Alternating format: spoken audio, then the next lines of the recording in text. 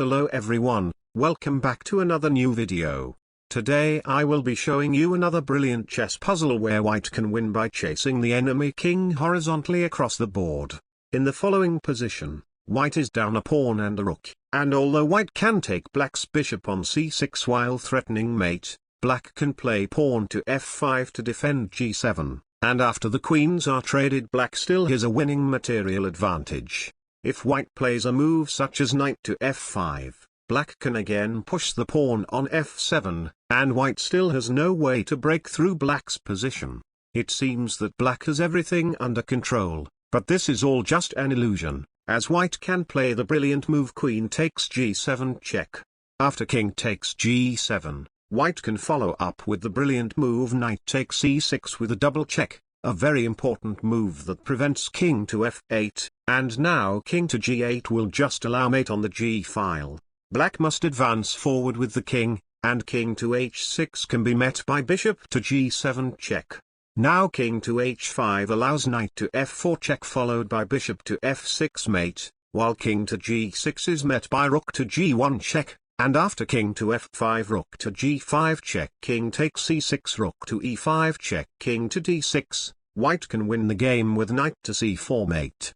Because of this, black tries the move king to g6, and after rook to g1 check, black plays bishop to g2 in order to give black's king an escape square on c6. After rook takes bishop check, king to h6 will again allow bishop to g7 check king to h5 knight to f4 check followed by bishop to f6 mate, while king to h5 is met by knight to f4 first, and black's king will be mated by white's bishop on the next move.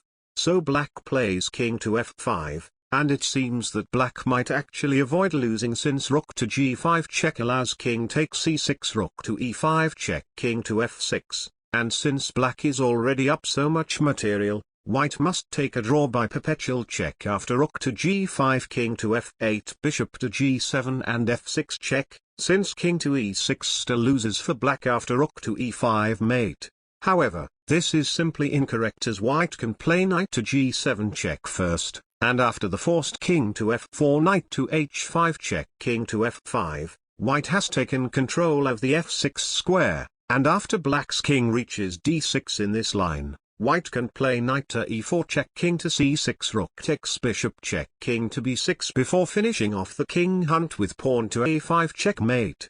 As a final note, if black had played bishop to g2 in the king h6 line, the checkmate is still forced and basically the same as the main variation of the puzzle. And if black had played king to f5 instead of blocking with the bishop in the main variation, white can play the same knight maneuver and still checkmate black's king on d6 with the other knight.